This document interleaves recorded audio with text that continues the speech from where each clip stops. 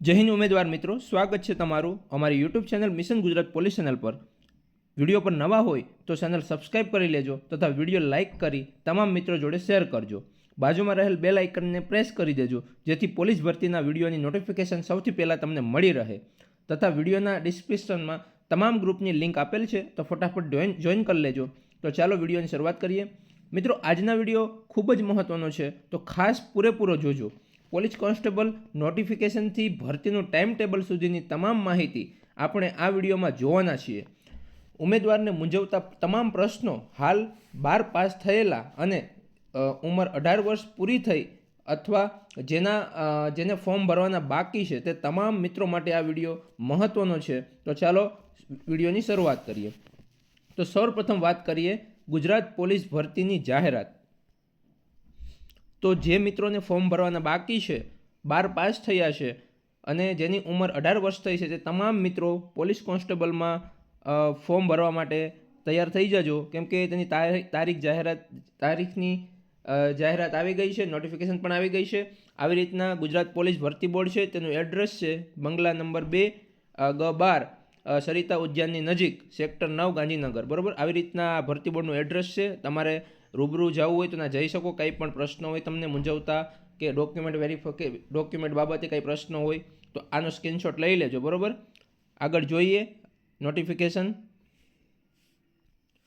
તો આ જે કુલ જગ્યા છે 12,000 ઉપર, તો તેમાં કઈ કઈ પોસ્ટ છે તો નવા જે મિત્રો છે એને જણાવવાનું કે પોલીસ સબ ઇન્સ્પેક્ટર બિન હથિયારી, પછી લોકરક્ષક એટલે કે કોન્સ્ટેબલમાં બિન હથિયારી પોલીસ કોન્સ્ટેબલ, એમાં મહિલા અને પુરુષ બંને. હથિયારી પોલીસ કોન્સ્ટેબલ, એમાં મહિલા અને પુરુષ બંને.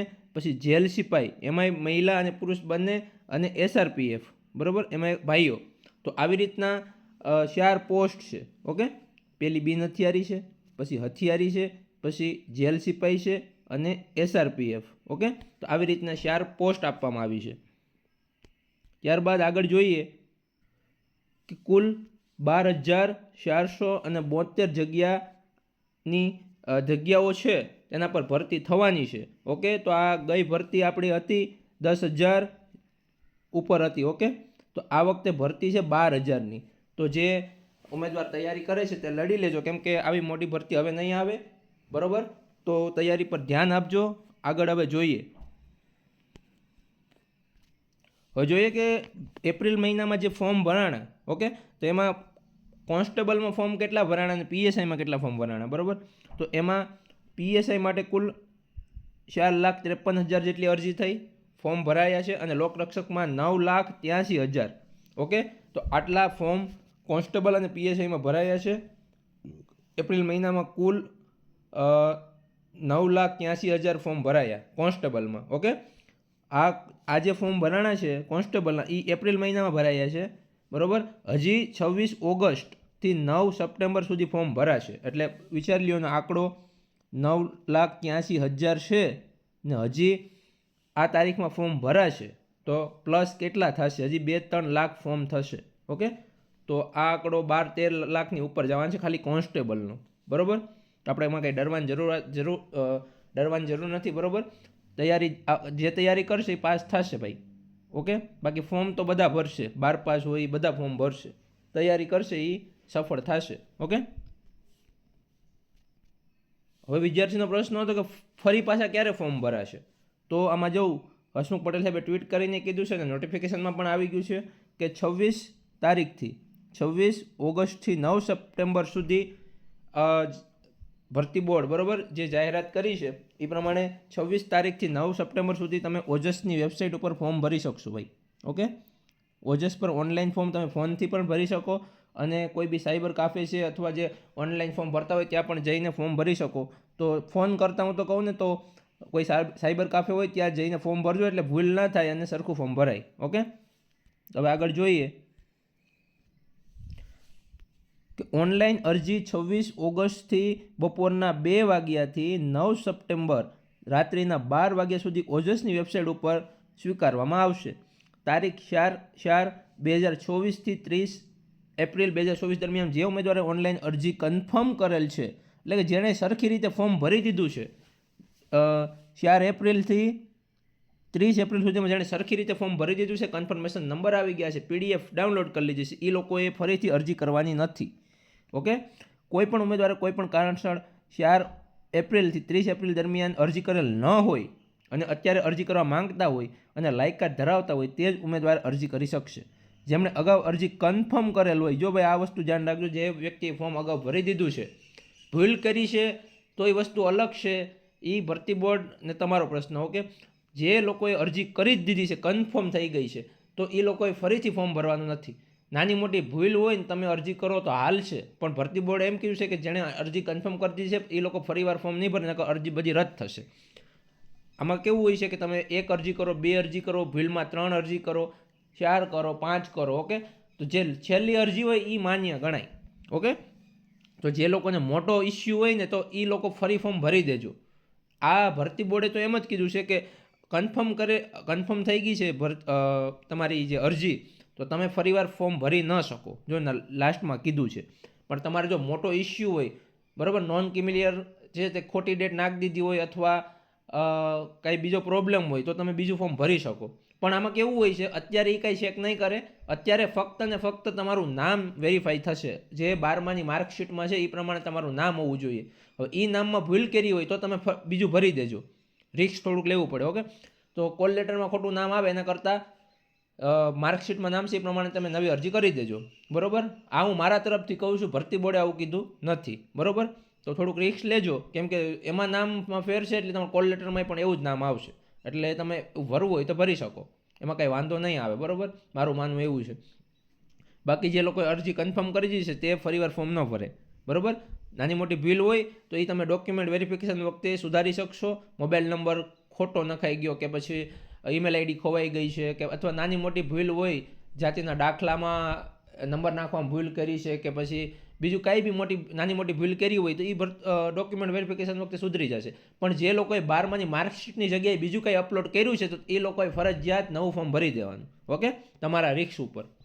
ચાલો, તો હવે લાસ્ટમાં શું લખ્યું છે કે જેમણે અગાઉ અરજી કન્ફર્મ કરેલ તેઓ ફરી અરજી કરી શકશે નહીં. જેણે અગાઉ અરજી કન્ફર્મ કરેલ છે છતાં તે જ સર્વંગમાં, મતલબ કોન્સ્ટેબલમાં ભર્યું હોય ને ફરી જેમાં એમાં તમે ભરો તો તમારી બધી અરજી રદ થવા પાત્ર થશે. ઓકે, તો આ ભરતી બોર્ડે કીધું છે એનું ધ્યાન રાખજો. 26 ઓગસ્ટથી 9 સપ્ટેમ્બર સુધી ઓનલાઈન ફોર્મ ભરી શકાશે. ઓકે, હવે કુલ જગ્યા કેટેગરી વાઇઝ કેટલી છે કોન્સ્ટેબલ અને PSI? બરાબર, તો કુલ 12,472 જગ્યા છે. તેમાં તમે જોઈ શકો પહેલાં બિન હથિયારી પોલીસ સબ ઇન્સ્પેક્ટર એટલે કે PSI, આ પહેલી છે PSI. ઓકે, PSI, તો PSIમાં બિન અનામત એટલે કે જનરલવાળા, આ જે જનરલવાળા છે એની 130 પુરુષ છે અને મહિલા 66 છે. ઓકે, પછી આર્થિક રીતે નબળા એટલે કે EWS વાળા, એની 31 જગ્યા છે PSIની પુરુષની અને 16 જગ્યા મહિલાની છે. હવે અનુસૂચિત જાતિ, અનુસૂચિત જનજાતિ, તો એમાં પુરુષની 22 જગ્યા છે અને મહિલાની 11 છે. અહીંયા પુરુષની 48 છે, અહીંયા મહિલાની 23 છે. લાસ્ટમાં છે સામાજિક શૈક્ષણિક રીતે પછાત વર્ગ એટલે OBC વાળા, SCBC. 85 જગ્યા છે પુરુષની અને મહિલાની 42. જો આવી રીતના હોય છે, કુલ 366 PSI પુરુષ અને 156 મહિલા કુલ જગ્યા છે. ઓકે, આવી રીતના PSIની જગ્યા છે. તો જે પણ OBCમાં આવે છે, ઓકે, 85 ને પ્લસ 130, તો આ OBCના ઉમેદવારે 130 જગ્યા પ્લસ એની 85, આ પુરુષને એટલી જગ્યામાં લડવાનું હોય. ઓકે, સારા માર્ક હોય તો એનું જનરલમાં મેરિટ બને. પછી સેમ બધામાં એવું હોય છે. SC ST વાળા છે એને પણ આ જનરલમાં જગ્યા મળે અને EWS વાળાને પણ આમાં જનરલમાં જગ્યા મળે. બરાબર, જનરલવાળાને ખાલી જનરલવાળામાં જગ્યામાં જ લડવાનું, બાકી આ બધા છે એ આમાં પણ લડી શકે. બરાબર, સારું મેરિટ હોય તમારો આમાં વારો આવે, પછી આ જગ્યા ભરાય. ઓકે, તો આવી રીતના PSIની જગ્યા છે. ઓકે, કોન્સ્ટેબલમાં પણ એમ છે. 1855 જનરલની જગ્યા છે પુરુષની, 913 મહિલા છે. એવી રીતના EWSની છે, આ SC ST અને આ શું કહેવાય OBC વાળાની. ઓકે, તો આવી રીતના બિન હથિયારી પોલીસ કોન્સ્ટેબલની જગ્યા છે, એ રીતના જ હથિયારી કોન્સ્ટેબલની જગ્યા છે, જેલ સિપાહીની જગ્યા છે અને SRPF. ઓકે, જો આમાં બહેનોની જગ્યા નથી, SRPFમાં બહેનોની જગ્યા નથી, ખાલી ભાઈઓ જ છે. ઓકે, તો આવી રીતના કુલ જગ્યાઓ છે, જોઈ લેજો તમે. કુલ પુરુષ ઉમેદવારની જગ્યા આમાં 8,963 છે અને 3509 જેટલી મહિલા છે. કુલ 12,472 જગ્યા છે. ઓકે, તો આ ખાલી બેઝિક માહિતી હતી. હવે કોન્સ્ટેબલની વય મર્યાદા અને શૈક્ષણિક લાયકાતની વાત કરીએ તો લોકરક્ષક એટલે કે કોન્સ્ટેબલની વાત થઈ છે અહીંયા. તો કોન્સ્ટેબલમાં બિન હથિયારી પોલીસ કોન્સ્ટેબલ, ઓકે, બિન હથિયારી પોલીસ કોન્સ્ટેબલમાં લઘુત્તમ 18 વર્ષ જોઈએ, ઓછામાં ઓછા 18 વર્ષ તો જોશે ભાઈ, 17 વર્ષ 17.5 વર્ષ નહીં હાલે. તમારે 9 સપ્ટેમ્બર સુધીમાં 18 વર્ષ કમ્પ્લીટ જોશે, ઓકે, 18 વર્ષ, વધારેમાં વધારે 33 વર્ષ, ઓકે. તો જે લોકોના 36 વર્ષ થઈ ગયા છે અને ઈડબ્લ્યુએસ, એસસી, એસટી, ઓબીસીમાં આવે છે તો તેને વધારાની ઉંમર મળે, 5 વર્ષની છૂટછાટ મળે, ઓકે. એની આગળ વાત કરીએ તો પોલીસ કોન્સ્ટેબલમાં ઓછામાં ઓછા 18 વર્ષ ને વધારેમાં વધારે 33 વર્ષ, બરાબર. 33 પ્લસ 5 વર્ષ એટલે 5 વર્ષની છૂટછાટ કોને મળે તો કે ઈડબ્લ્યુએસ, એસીબીસી અને એસસી એસટી વાળાને મળે, જનરલ વાળાને ના મળે. જનરલ વાળા 33 વર્ષ સુધી જ ભરી શકશે, ઓકે. તો હથિયારી કોન્સ્ટેબલમાં પણ સેમ, જેલ સિપાહીમાં અને એસઆરપીમાં પણ સેમ રહેશે, ઓકે. ઉંમરમાં 26 ઓગસ્ટથી 9 સપ્ટેમ્બર દરમિયાન ઓનલાઈન ફોર્મ ભરનાર ઉમેદવારની વય મર્યાદા 9 સપ્ટેમ્બર 2024ના રોજ સ્થિતિએ ગણવાની રહેશે. તો ભાઈ જે લોકો એમ કહે છે કે મારા 18 વર્ષ હમણાં પૂરા થશે, તો આ 9 સપ્ટેમ્બર સુધીમાં તમારા 18 વર્ષ કમ્પ્લીટ હોવા જોઈએ, તો જ તમે ફોર્મ ભરી શકો. સમજાઈ ગયું ભાઈ? 24 ઓગસ્ટથી 9 સપ્ટેમ્બર દરમિયાન જે ઓનલાઈન ફોર્મ ભરાશે તેમાં 9 સપ્ટેમ્બર સુધીમાં તમારા 18 વર્ષ પૂરા થતા હોય તો જ તમે ફોર્મ ભરી શકો, ઓકે. શૈક્ષણિક લાયકાતમાં પણ સેમ કે 12 પાસ જોશે ભાઈ, ઓકે, 12 પાસ જોશે. એમાં પછી તમે આર્ટ્સ કર્યું હોય, કોમર્સ કર્યું હોય, સાયન્સ કર્યું હોય, ડિપ્લોમા હોય, આઈટીઆઈ જે હોય, 12 પાસ જોશે, 33% થવા જોઈએ, બરાબર. વધારે નથી જોતા, એટલા ટકા હોય તો હાલશે, અને 12 પાસ ખાલી જોશે, બરાબર. ગમે એમાં કંઈ 12 પાસ કર્યું હોય, NIOS હોય કે ગમે એ હોય, 12 પાસ જોશે. દિલ્હી યુનિવર્સિટી જે હોય, ખાલી તમારી પાસે 12 પાસનું તમારી પાસે રિઝલ્ટ હોવું જોઈએ ગમે એક સબ્જેક્ટનું. ઇક્વિવેલન્ટ સર્ટિફિકેટ અપલોડ કરવા નથી, 12 પાસનું સર્ટી જ અપલોડ કરવાનું છે. હવે આગળ જોઈએ વય મર્યાદામાં છૂટછાટ. તો એસીબીસી છે જે અને ઈડબ્લ્યુએસ વર્ગના ઉમેદવારને ઉપલી વય મર્યાદામાં 5 વર્ષની છૂટછાટ મળશે. તમામ મહિલા ઉમેદવારને ઉપલી વય મર્યાદામાં 5 વર્ષની છૂટછાટ, તમામ મહિલાને, ઓકે. અને અનામત કક્ષાના મહિલા ઉમેદવાર હોય એને વય મર્યાદામાં 10 વર્ષ મળશે, ઓકે. જે અનામતનો જે લાભ લે છે એને 10 વર્ષની છૂટછાટ મળશે. ને તમામ મહિલામાં જનરલવાળાએ આવી જાય 5 વર્ષની છૂટછાટ મળશે બહેનોને. એક્સ સર્વિસમેન હોય, ઓકે, એક્સ સર્વિસમેન હોય તો તેને માજી સૈનિક સળંગ 6 માસથી ઓછી નહીં તેટલી જ ફરજ બજાવેલ હોય અને નોકરીમાંથી નિયમિત રીતે નિવૃત્ત થયા હોય તેવા માજી સૈનિકને ખરેખર ફરજનો સમયગાળો તેમની ઉપરની ઉંમરમાંથી બાદ કરતાં મળતી ઉંમર ભરતી નિયમમાં ઠરાવેલ ઉપલી વય મર્યાદાથી 3 વર્ષ કરતાં વધારે વધવી જોઈએ નહીં, ઓકે. તમે આ એક્સ સર્વિસમેનનું છે જરીક વાંચી લેજો, તમને સમજાઈ જશે, ઓકે. ત્યારબાદ છે કે સરકારશ્રીના સામાન્ય વહીવટ વિભાગના ઠરાવ ક્રમાંક મોટું આપી દીધું લખીને, જોગવાઈ મુજબ પાત્રતા ધરાવતા રમતવીરોને ઉપલી વય મર્યાદામાં 5 વર્ષની છૂટછાટ મળશે, ઓકે. આનો જે પરિપત્ર છે તમે વાંચી લેજો, ઓકે. આપણે એમાં પડવું નથી, જે સ્પોર્ટવાળા છે એની વાત થઈ છે એમાં. પછી રાજ્ય પોલીસ દળમાં કોન્સ્ટેબલ, હેડ કોન્સ્ટેબલ, એએસઆઈ તરીકે હાલ સેવા બજાવી રહેલા ઉમેદવારને બિન હથિયારી પોલીસ સબ ઇન્સ્પેક્ટર ઉપલી વયમાં નિયમ મુજબ 3 વર્ષની છૂટછાટ મળવાપાત્ર રહેશે. જે હાલ પોલીસ કોન્સ્ટેબલ એસઆરપીમાં કે એએસઆઈમાં ફરજ બજાવે છે તે લોકોને ઉંમર વધી ગઈ હોય તો તમને 3 વર્ષની છૂટછાટ મળવાપાત્ર છે, ઓકે. ઉપરોક્ત તમામ છૂટછાટ બાદ ઉમેદવાર માજી સૈનિક સિવાયની ઉંમર 45 વર્ષથી વધુ હોવી જોઈએ નહીં, ઓકે. 45 વર્ષથી વધારે હોવી જોઈએ નહીં. હવે કોન્સ્ટેબલ ફિઝિકલ ટેસ્ટ એટલે કે શારીરિક કસોટી ગ્રાઉન્ડની વાત થાય છે કે શારીરિક કસોટી ફિઝિકલ ટેસ્ટ માટે વહીવટી અનુકૂળતા મુજબ જો કોઈપણ તારીખ અને સમયે ઉમેદવારોને બોલાવવામાં આવશે અને તે મુજબ શારીરિક કસોટી માટે ઉમેદવારોએ તેઓને જણાવવામાં આવે તે કેન્દ્ર ખાતે હાજર રહેવાનું રહેશે. શારીરિક કસોટી ટેસ્ટ માટે તારીખ અને સમય બદલવા અંગે, ઓકે ભાઈ. જો ભાઈ આમાં કેવું છે કે જે તારીખ તમારી કોલ લેટરમાં હોય એ તારીખે તમારે ગ્રાઉન્ડ હોય છે, બરાબર. તો એ ગ્રાઉન્ડે તમારે પહોંચી જવાનું છે, જ્યાં ગ્રાઉન્ડ આવે ત્યાં, બરાબર. અમે ગીર સોમનાથ વાળા છે તો અમારે જુનાગઢ આવે તો અમારે જે તારીખ હોય ને આગલી રાતે પહોંચી જવાનું. તો આવી રીતના હોય છે. તો તમારે કોઈ પણ કારણોસર તારીખ બદલવી છે, ઓકે. તો ભાઈ આજે કેટલી તારીખથી 24, તો 25 તારીખનું મારે ગ્રાઉન્ડ હોય, 25/8નું. ઓકે, તો મારે આ તારીખ બદલવી છે, તો મારે અગાઉ એને કહેવું પડે કે ભાઈ મારે આના કારણોસર આ મારે ઓપરેશન કરે એવું છે કે આ અમારે ફેમિલીમાં કંઈક ઇસ્યુ થઈ ગયો છે, તમારે ભરતી બોર્ડને રજૂઆત કરવાની. તો તમારી આ તારીખ બદલી ને ભરતી બોર્ડ કંઈક 5-10 દિવસ પછીની આપી દે, 30 તારીખ છે, બરાબર, આવી રીતે તમને ચેન્જ કરી આપે. પણ ભરતી બોર્ડનો આખરી નિર્ણય રહે, એને લાગે કે વ્યાજબી કારણ છે તો તમને તારીખ બદલી આપે, નકર પછી આને આ તારીખ રહી. ઓકે, તો આવી રીતના બધી તમારે ભરતી બોર્ડને રજૂઆત કરવાની કે મારે આવી રીતના પ્રોબ્લેમ છે, તો તમને તારીખ ચેન્જ કરી આપે, બાકી નહીં રહી. ઓકે, આવી રીતના નિયમ બધા હોય છે. હવે એમાં પુરુષને 5 કિલોમીટર પૂરું કરવાનું છે 25 મિનિટમાં. ઓકે, 25નીમાંથી 1 સેકન્ડ થઈ જાય તોય ફેલ, બરાબર. પછી મહિલાને 1600 મીટર છે, 9.5 મિનિટ છે, બરાબર, 9.5 મિનિટમાં પૂરી કરવાની છે. ત્યારબાદ એક્સ સર્વિસમેન છે અને 2400 મીટર દોડ 12.5 મિનિટમાં પૂરી કરવાની છે. ઓકે, પછી શારીરિક ક્ષમતા કસોટીમાં ઉત્તીર્ણ થનાર ઉમેદવારોની શારીરિક માપદંડ કસોટી લેવામાં આવશે. જેવું ગ્રાઉન્ડ પતે એવું તરત હાઇટ, ઓકે, ઊંચાઈ, હાઇટ અને વજન તો કાઢી નાખ્યો છે.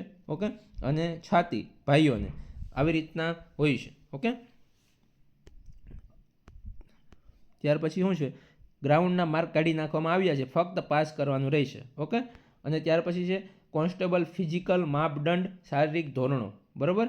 તો એમાં મૂળ ગુજરાત અનુસૂચિત જનજાતિ એટલે કે એસટીના ઉમેદવાર છે, એને 162 હાઇટ જોશે, 162. ઓકે, અને છાતી 79 ફૂલાવ્યા વગરની અને 5 સેમી ફરજિયાત બધાને ફૂલાવવાની. ઓકે, સાવ નોર્મલ હોય છે, આમાં કંઈ ડરવાની જરૂર નથી. અને અનુસૂચિત જનજાતિના સિવાયના તમામ, બરાબર, એમાં એસસી, ઓબીસી, જનરલ, ઈડબ્લ્યુએસ બધા આવી જાય, એ બધાને 165 જોશે. અને 79 ફૂલાવ્યા વગરની અને 5 સેમી ફૂલાવવાની.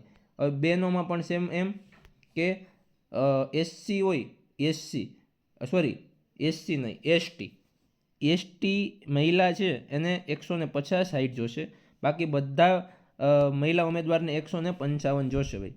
ઓકે, 155 બધાને જોશે, SC, OBC, EWS, general. Okay, ખાલી એસટી હોય મહિલા એને જ 150 હાઇટ જોશે, બાકી કાંઈ વજન તો કાઢી નાખ્યો છે. ઓકે, વજન કાઢી નાખવામાં આવ્યો છે. પુરુષ ઉમેદવારની ઊંચાઈ અને છાતી માપવામાં આવશે, મહિલા ઉમેદવારને ફક્ત અને ઊંચાઈ માપવામાં આવશે.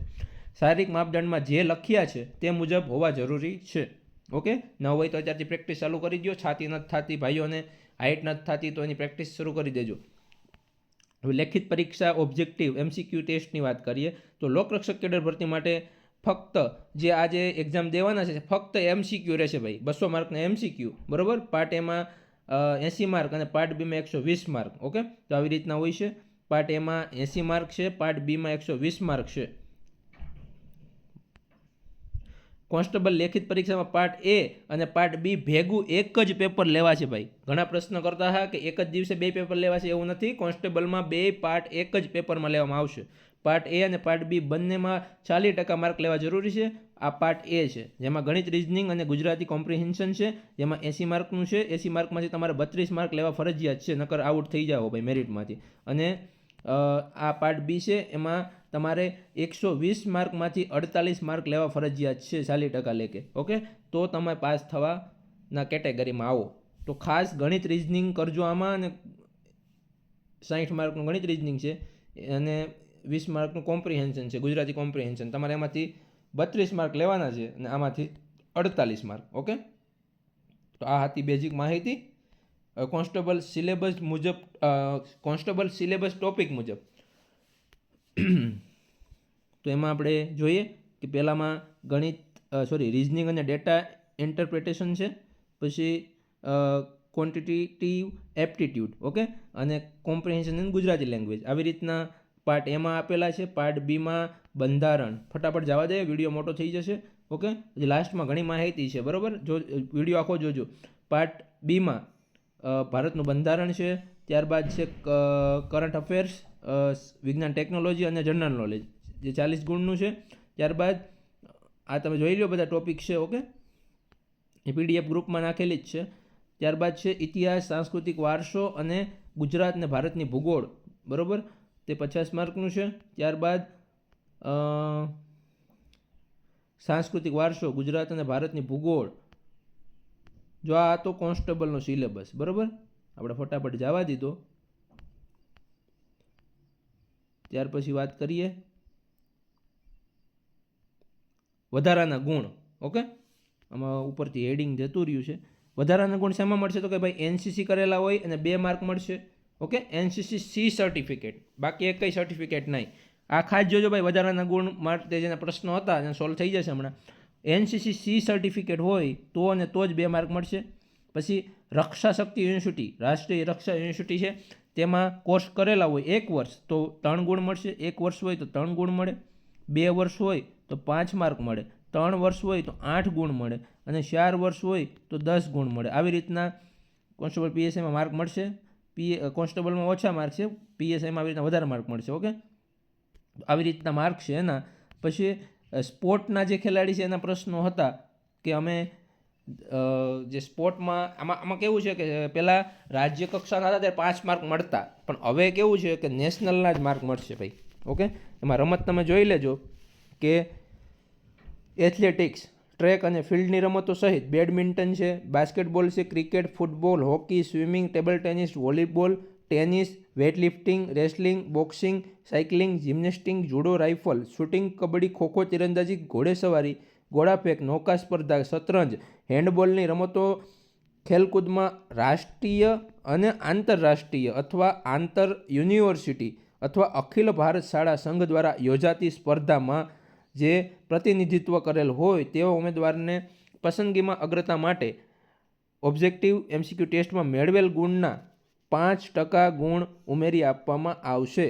જો ભાઈ 20 માર્ક લ્યો તો એના 5% લેખે તમને માર્ક મળે, બરાબર. 80 માર્ક લાવો તો એના 5% લેખે તમને માર્ક મળે. તો આવી રીતના હોય છે. તો હવે એમનો કોઈ મેસેજ કરતા કે રાજ્યમાં રમેલા હોય તો માર્ક મળશે, નહીં મળે. નેશનલમાં આના સિવાય બીજી કોઈ તમે રમતમાં ભાગ લીધેલો હોય તો તમે ડોક્યુમેન્ટ વેરિફિકેશન વખતે તે સર્ટિફિકેટ આરે લેતા જાજો. ભરતી બોર્ડને લાગશે તો એના માર્ક તમને આપશે. ઓકે, હવે આગળ જોઈએ. વિધવા માટેના પણ માર્ક છે. તો જે બેનો વિધવા હોય તો તેને પણ સર્ટિફિકેટ ડોક્યુમેન્ટ વેરિફિકેશન વખતે રજૂ કરવાનું થશે તો 5% માર્ક મળવાપાત્ર છે. ડોક્યુમેન્ટ વેરિફિકેશન માટે ઉમેદવારનું મેરિટ કઈ રીતના બને? તો પહેલાં તો દસ્તાવેજ ચકાસણી માટે એમસીક્યુ ટેસ્ટમાં જે મેળવેલા 200 માર્કનો પેપર છે એમાંથી જે માર્ક મેળવ્યા હોય, એનસીસી સર્ટિફિકેટના માર્ક, રાષ્ટ્રીય રક્ષા યુનિવર્સિટીના માર્ક, પછી Gujarat forensic science university, okay, એના માર્ક, પછી રમતગમતના માર્ક, પછી વિધવા મહિલાને મળવાપાત્ર માર્ક. ઉપરોક્ત જણાવેલ મળવાપાત્ર ગુણનો સરવાળો કરી મેરિટના આધારે ખાલી જગ્યાના આશરે 2 ગણા ઉમેદવારોને, ઓકે, 2 ગણા ઉમેદવારોને દસ્તાવેજ ચકાસણી માટે જો ભાઈ ભરતી બોર્ડને મજા આવે એ પ્રમાણે બોલાવે. 1.5 ગણા બોલાવે, 3 ગણા બોલાવે અથવા 2 ગણા બોલાવે. આ વખતે નોટિફિકેશનમાં 2 ગણા કીધા છે તો 2 ગણા ઉમેદવારોને કેટેગરી વાઇઝ બોલાવશે, બરાબર. ઉમેદવારોએ દસ્તાવેજ ચકાસણી માટેના કોલ લેટર ડાઉનલોડ કરતી વખતે સર્વાંગનો પસંદગી ક્રમ જણાવવાનો રહેશે, જે ધ્યાને લઈ તથા ઉમેદવારોનું મેરિટ ધ્યાનમાં લઈ પસંદગીનો સર્વાંગ નક્કી કરવામાં આવશે. લેખિત પરીક્ષા પછી પ્રથમવાર મેરિટ ડોક્યુમેન્ટ વેરિફિકેશનનું આવે છે, જેમાં કેટેગરી વાઇઝ જગ્યાના 3 ગણા, 1.5 ગણા અથવા 2 ગણા, આપણે નોટિફિકેશનમાં 2 ગણા કીધા છે તો 2 ગણાને બોલાવશે. ઓકે, ભરતી બોર્ડને મજા આવે પ્રમાણે. મેરિટ બાદ પોસ્ટની નિમણૂકનો ક્રમ કઈ રીતના હોય? તો ભાઈ આવી રીતના હોય છે, જોઈ લેજો. બધા એમ કહેતા હોય કે જે મારે જેલ સિપાહીમાં જવું, હથિયારીમાં જવું, એસઆરપીમાં જવું, તો એવું કંઈ હોતું નથી ભાઈ. સૌથી બેસ્ટ તો પહેલું છે બિન હથિયારી. ઓકે, પહેલો ક્રમ બિન હથિયારીને આપવાનો. બિન હથિયારી પોલીસ કોન્સ્ટેબલ બેસ્ટ, પછી બિન હથિયારી એટલે અનારામ કોન્સ્ટેબલ. એના વિશે આપણે ટૂંકમાં બીજો વિડીયો બનાવશું. ઓકે, બિન હથિયારી બેસ્ટ, પછી હથિયારી બેસ્ટ, પછી જેલ સિપાઈ બેસ્ટ, પછી એસઆરપીએફ બેસ્ટ. તો આવી રીતના 4 પોસ્ટનો ક્રમ હોય છે. તો સૌથી પહેલાં તમારે આ લખવાનું છે, પછી બીજું આ લખવાનું છે. આ તમે પાસ થાવ પછીનું છે. ઓકે, અત્યારે આનું કાંઈ નથી. તો આવી રીતના ક્રમ તમારે આપવાનો છે. સૌથી બેસ્ટ પોસ્ટનો ક્રમ તો કે પહેલું બિન હથિયારી પોલીસ કોન્સ્ટેબલ, પછી હથિયારી પોલીસ કોન્સ્ટેબલ, પછી જેલ સિપાઈ અને પછી એસઆરપીએફ પોલીસ. આવી રીતનો ક્રમ સિલેક્ટ કરવાનો હોય છે. ફાઇનલ મેરિટ પસંદગી યાદી કઈ રીતના બને? તો જે તમે 200 માર્કનો પેપર આપો, એનસીસી સર્ટિફિકેટ છે, પછી વધારાના ગુણ, રાષ્ટ્રીય રક્ષા યુનિવર્સિટી, પછી નેશનલ ફોરેન્સિક સાયન્સ યુનિવર્સિટી, પછી વિધવાના જે ગુણ છે, રમતવીરોના જે ગુણ છે, આ બધું, અને લાસ્ટમાં જે તમે પસંદગીનો ક્રમ જે તમે પસંદગીનો ક્રમ સિલેક્ટ કરો એમાં બિન હથિયારી, હથિયારી, જેલ સિપાહી અને હથિયારી કોન્સ્ટેબલ એટલે કે SRPF આવી રીતના તમે સિલેક્ટ કરો પછી જે પસંદગી યાદી 2 કે 3 2 કે તેથી વધારે ઉમેદવારોના સમાન ગુણ હોય તો આવી રીતના તમે જે ક્રમ સિલેક્ટ કરો એટલે પછી જે મેરિટ યાદી આવે બરાબર. એમાં પાછું કેવું થાય કે 2 થી વધારે ઉમેદવારના સરખા માર્ક હોય ત્યારે શું કરવાનું, તો એ કિસ્સામાં જન્મ તારીખ બરાબર, જન્મ તારીખ ધ્યાનમાં લે છે ભરતી બોર્ડ કે સૌથી વધારે ઉંમર હોય, મારી જન્મ તારીખ છે 4/6 બરાબર 98, તો મારે યારે જે 2 ઉમેદવાર છે જેની તારીખ છે 4/6/97 બરાબર અને બીજાની છે 4/6, આ તારીખ આ હોય જરૂરી નથી. ઓકે, વર્ષની વાત હાલે છે. 96 ત્રણેયને માર્ક થાય છે 90 બરાબર. તો સૌથી પહેલાં કોને આમાં સાંચ આપે, આ ભાઈને આપશે. 1996 જેને છે એને સાંચ આપશે, પછી 97 વાળાને, પછી મારો લાસ્ટમાં આવે 98 વાળાને. તો આવી રીતના મેરિટનો ક્રમ બનશે બરાબર. જો ગુણ અને જન્મ તારીખ બંને સમાન હોય ત્યારે ઉમેદવારોની ઊંચાઈ ધ્યાનમાં લેવામાં આવશે ભાઈ. બંને સેમ હોય ત્યારે ઉમેદવારની ઊંચાઈને ધ્યાનમાં લેવામાં આવશે. જે ઉમેદવારની ઊંચાઈ વધુ હશે તે ઉમેદવારને પસંદગી આપવામાં આવશે. જોઈ લો ભાઈ, નિયમો જોઈ લેજો બરાબર, પછી કહેતા નહીં. જો ગુણ, જન્મ તારીખ, ઊંચાઈ સમાન હોય ત્યારે ઉમેદવારને હાઈ સેકન્ડરી પરીક્ષા અથવા ગુજરાત સરકાર શ્રી દ્વારા માન્ય 12 પાસ સમકક્ષ પરીક્ષામાં મેળવેલ ગુણ ધ્યાને લેવામાં આવશે. ઉમેદવારના વધુ ગુણ હશે તેને પ્રથમ પસંદગી આપવામાં આવશે. જો ભાઈ તમે કાંઈ આર્ગ્યુમેન્ટ કરી નહીં શકો, નોટિફિકેશનમાં બધું આપેલું છે બરાબર. જો ગુણ, જન્મ તારીખ, ઊંચાઈ અને હાયર સેકન્ડરી પરીક્ષા અથવા ગુજરાત સરકાર શ્રી દ્વારા માન્ય ધોરણ 12 પાસ સમકક્ષ પરીક્ષામાં મેળવેલ ગુણ સમાન હોય ત્યારે ઉમેદવારે SSC 12મા ધોરણમાં જે મેળવેલ ગુણને ધ્યાનમાં લેવામાં આવશે. 10માના જે ઉમેદવારોના ગુણ વધુ હશે તે ઉમેદવારને પસંદગી આપવામાં આવશે. તમે સમજી ગયા છો હું શું કહેવા માગું છું? ઓકે, પોલીસ કોન્સ્ટેબલનું ફાઇનલ મેરિટ આ મુજબ બને છે બરાબર. ઓનલાઈન ફોર્મ ભરતી વખતે મહત્ત્વના મુદ્દા જે નામ ને કેડર છે તેમાં તો કે ઓનલાઈન અરજી કરતી વખતે ઉમેદવારે પોતાની અટક, પોતાનું નામ તથા પિતા પતિનું નામ, ધોરણ 12ની માર્કશીટ છે બરાબર, છેલ્લી માર્કશીટ એ મુજબ દર્શાવેલ હોય તે મુજબ દર્શાવવાનું રહેશે. દર્શાવેલ માર્કશીટ ઓનલાઈન અરજી કરતી વખતે અપલોડ કરવાની રહેશે. જો ભાઈ માર્કશીટ 12માનું છે એ જ અપલોડ કરવાનું છે, કોઈએ કોલેજનું કે બીજું કાંઈ ઇક્વિવેલન્ટ સર્ટિફિકેટ કાંઈ અપલોડ કરવાનું નથી. 12માની માર્કશીટ પ્રમાણે નામ લખવાનું છે ને 12માની માર્કશીટ જ અપલોડ કરવાની છે, બાકી એક પણ ડોક્યુમેન્ટ અપલોડ કરવાનું નથી બરાબર. રાડું પાડીને કીધું તો પણ બધા એ જાતિના દાખલા, આધાર કાર્ડ ને બધું અપલોડ કરેલા છે. જેણે એ અપલોડ કર્યા હોય ફરીથી ફોર્મ ભરી દેજો બરાબર. ઓકે, હવે છે કે જેણે કોન્સ્ટેબલમાં ફોર્મ ભરેલું છે અને અત્યારે PSIમાં ફોર્મ ભરવું છે તો શું કરવાનું? તો એ ભાઈએ કાંઈ નથી કરવાનું, પોતાના રજિસ્ટ્રેશન નંબર આ તે નાખી અને ખાલી ફક્ત અને ફક્ત PSI કેડર સિલેક્ટ કરવાનું છે અને ફક્ત PSIમાં જ ફોર્મ ભરવાનું છે. એટલે બંનેનું સેમ થઈને એક આરે જ ગ્રાઉન્ડ આવશે બરાબર. આપણે બીજા વિડીયોમાં કહી દઈશું. અને ઓનલાઈન અરજી કરતી વખતે ખાસ ફોટો 15 KB, સાઇન 15 KB વાળો અપલોડ કરવાનું છે. ઓનલાઈન ફોર્મ કઈ રીતે ભરવું અને કયા કયા ડોક્યુમેન્ટ તથા શું ધ્યાન રાખવું તેનો અલગથી વિડીયો મૂકી દઈશ બરાબર. હવે કોમ્પ્યુટર પ્રમાણપત્ર, આના વિશે બહુ બધા પ્રશ્ન પૂછ્યા છે. ઓકે, વિડીયો અહીંયા સુધી જોયો છે તો લાઇક કરજો અને ખાસ શેર કરી દેજો. કામનું અમે કંઈ કીધું હોય ને તો. ફોર્મ ભરતી વખતે CCC પ્રમાણપત્રની જરૂર નથી, આ મુદ્દો ખાસ ધ્યાન રાખજો. ગમે ને પૂછવું હોય પૂછી લેજો, કોઈને આમ તો પૂછવાની હાલશે. આપણે આમાં કહી દીધું છે કે ફોર્મ ભરતી વખતે CCC સર્ટિફિકેટ CCC કોમ્પ્યુટરની જરૂર નથી. ઓકે, તમારે ખાલી યસ કરીને ફોર્મ ભરી દેવાનું છે. આમાં જે પણ લખ્યું હોય એ તમે તમારી રીતના વાંચી લેજો. ઓકે, કોન્સ્ટેબલમાં પાસ થયા બાદ 5 વર્ષની અંદર સરકાર માન્ય સર્ટિફિકેટ જમા કરવાનું રહેશે બરાબર. બાકી કાંઈ તમારામાં વાંચવાની જરૂર નથી. અહીંયા જો મેં કીધું છે સૌરાષ્ટ્ર યુનિવર્સિટી છે, Gujarat technology university, Baba Saheb Ambedkar યુનિવર્સિટીમાંથી computer પ્રમાણપત્ર પાસ કરી 5 વર્ષની અંદર જમા કરવાનું રહેશે. હાલ CCC પ્રમાણપત્રની જરૂર નથી. હવે કોઈ પ્રશ્ન આ બાબતે કરતા નહીં. ઓકે, હવે એનો સમજાય તો તમારે કોન્સ્ટેબલમાં ફોર્મ નહીં ભરવાનું ભાઈ બરાબર. હવે OBC વાળા માટે ખાસ જે SC BC OBCમાં આવે છે એના માટે ખાસ છે, ખાસ જોજો. OBC વાળા તમામ પુરુષ તથા મહિલા માટે અનામત તમારે લેવું હોય, ઓકે ભાઈ, અનામતનો લાભ લેવો હોય તમારે મેરિટમાં, તો તમારે નોન ક્રિમિલિયર સર્ટિફિકેટ છે તે કઈ તારીખમાં ઇસ્યુ કરેલું હોવું જોઈએ? તો ભાઈ તમારે 1 એપ્રિલ 22થી 9 સપ્ટેમ્બર 24 સુધીમાં ઇસ્યુ થયેલો હોવું જોઈએ. જો તમારે ભાઈ 3જા મહિનાનું હોય તો એ નવું કઢવી લેજો. 10મા મહિનાનું હોય તો નવું કઢવી લેજો. આ તારીખની વચમાં અથવા આ તારીખ અથવા આ તારીખની વચમાં ઇસ્યુ થયેલું હોવું જોઈએ. ઓકે, નકર અનામતનો લાભ નહીં મળે ભાઈ. પછી ન કહેતા કીધું નહીં અત્યારે કઢવું હોય તો કઢવી લેજો. ઓકે, પછી આમાં શું કીધું છે, 1/4/22 થી 9/9/2024 સુધીમાં ઇસ્યુ થયેલું હોવું જોઈએ તો અનામત મળશે.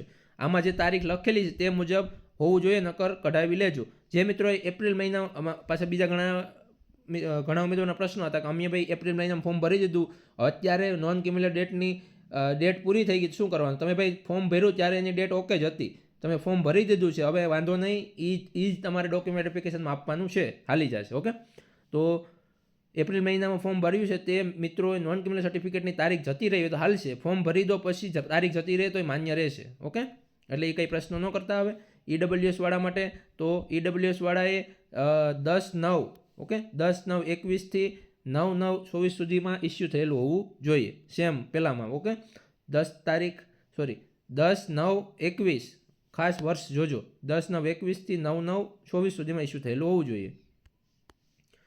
હવે SC/ST વાળા ઉમેદવાર માટે તો કે જાતિનો દાખલો ફરજિયાત છે તો જ અનામત મળવાપાત્ર છે.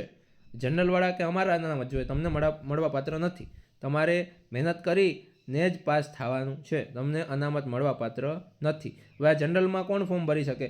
તો જે બહારના રાજ્યના હોય, જે અલગ રાજ્યના હોય, બરાબર, બધા ફોર્મ ભરી શકશે.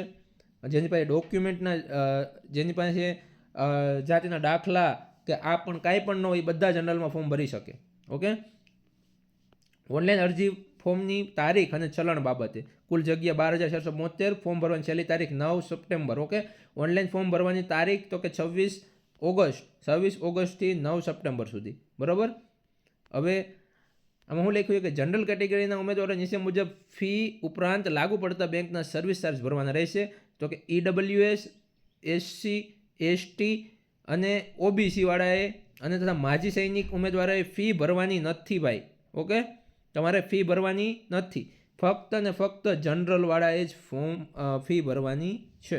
ઓકે, એટલે ખાસ ધ્યાન રાખજો. ફી ભરવાની છેલ્લી તારીખ કઈ છે? તો 13 તારીખ સુધી. ઓકે, 9 તારીખે ફોર્મ ભરવાની ડેટ પૂરી થાય અને 13 તારીખ સુધીમાં તમારે ઓનલાઈન ફી ભરવાની છે. ઓકે, ઓનલાઈન ફોર્મ ભરવા માટે ડોક્યુમેન્ટ કયા કયા જોશે? તો ભાઈ 26 ઓગસ્ટથી ફોર્મ ભરવાનું શરૂ થાય, એમાં ડોક્યુમેન્ટ તમારે જરૂરી ડોક્યુમેન્ટ છે એ તૈયાર રાખવાના છે. પહેલો તો આધાર કાર્ડ, ફોટા અને સહી, ઈમેલ આઈડી અને તમારો ખુદનો મોબાઈલ નંબર, ધોરણ 12માંની માર્કશીટ, ફોટો પાડો જ પાડી લેજો. ઓકે, વધારે ભણેલા હોય તો માર્કશીટ. ઓકે, 12થી વધારે ભણેલા હોય તો એના માર્કશીટ. ત્યારબાદ જાતિનો દાખલો, આ જાતિનો દાખલો તો કે OBC, પછી EWS આવતા હોય તો SC, ST વાળાએ આ જાતિનો દાખલો તૈયાર રાખવાનો છે. નોન ક્રિમિલિયર ફક્ત ને ફક્ત OBC ને, બીજા કોઈ પ્રશ્ન ન કરતા, ફક્ત OBC વાળા નોન ક્રિમિલિયર. ઓકે, પછી કેટેગરી મુજબ તમારા પ્રમાણપત્ર, એટલે OBC વાળાને તો કે નોન ક્રિમિલિયર, EWS વાળાને EWS સર્ટી, SC, ST વાળાને જાતિનો દાખલો. બરાબર, અહીં જાતિનો દાખલો. આવી રીતના કેટેગરી મુજબ તમારા પ્રમાણપત્ર. ત્યારબાદ તો કે જનરલવાળાને 12માનું રિઝલ્ટ, આધાર કાર્ડ, ફોટો સહી વગર બીજું કાંઈ જોતું નથી. બરાબર. કોન્સ્ટેબલ ભરતીનું ટાઈમ ટેબલ અંદાજિત છે. ઓકે, જાહેરાત થઈ માર્ચ મહિનામાં, ઓનલાઈન અરજી ભરાઈ ગયા બધા ફોર્મ, ફી ભરવાની છેલ્લી તારીખ એ પણ જતી રહી. ઓકે, ધોરણ 12 પાસ અને ગ્રેજ્યુએટ બાકી રહેલ ઉમેદવારોએ 26 કીધું ને ઓગસ્ટ મહિનામાં ફોર્મ ભરાશે, તો જો 26 ઓગસ્ટથી ફોર્મ ભરવાના શરૂ થઈ જશે. ઓકે, શારીરિક કસોટી ક્યારે આવશે? તો કે નવેમ્બર, ડિસેમ્બર મહિનો ગણીને તમારે હાલવાનું અને એનું પરિણામ જાન્યુઆરીમાં આવી જશે. લેખિત પરીક્ષા ક્યારે હશે? તો કે ફેબ્રુઆરી મહિનામાં, માર્ચ મહિનામાં એના માર્ક જાહેર થશે. પાછું કોઈને કંઈ પ્રોબ્લેમ હોય પેપરમાં તો એના રીચેકિંગ માટે માર્ચ મહિનામાં તમે અરજી કરી શકશો. લેખિત પરીક્ષાનું પરિણામ એપ્રિલ મહિનામાં આવી જશે. દસ્તાવેજ ચકાસણી એપ્રિલ મહિનામાં થઈ જશે. હંગામી પરિણામ રિઝલ્ટ જે મે મહિનામાં આવી જાય ને, વાંધા અરજી મગાવશે મે મહિનામાં, આખરી પરિણામ તમારે મે મહિના સુધીમાં આવી જશે અને જે પાસ થશે એને ટ્રેનિંગમાં શિયાળા સુધીમાં બોલાવી લેશે. તો આ હતું, આ બધો કાર્યક્રમ છે ભાઈ એ અંદાજિત છે. ઓકે, આ પરીક્ષાનો તો એ પ્રમાણે હાલજો. આ અંદાજિત ટાઈમ ટેબલ છે જે ભરતી બોર્ડ દ્વારા જાહેર કરવામાં આવ્યું છે. તો આ હતું આખું ભરતી બાબતે આપણે નોટિફિકેશનથી માંડીને ટાઈમ ટેબલ સુધીની માહિતી. ખાસ વિડીયો લાઈક કરી દેજો. મહેનત કરીને બનાવ્યો છે, ટાઈમ કાઢીને સુવાના ટાઈમે વિડીયો બનાવ્યો છે, બરાબર. વિડીયો સારો લાગ્યો હોય તો ખાસ લાઈક કરી દેજો, આપણી ચેનલને સબસ્ક્રાઈબ કરી દેજો, બરાબર. આના વિડીયોના ડિસ્ક્રિપ્શનમાં બધા ગ્રુપની લિંક આપેલી છે, ઇન્સ્ટાગ્રામ, ટેલિગ્રામ, વોટ્સએપ, તો બધા જોઈન કરી લેજો અને ખાસ મિત્રોને શેર કરજો, બરાબર. ભરતી રિલેટેડ કાંઈ બી પ્રશ્ન હોય તો કોમેન્ટ કરજો. ચાલો તો મળીએ નેક્સ્ટ વિડીયોમાં. જય હિન્દ, વંદે માતરમ.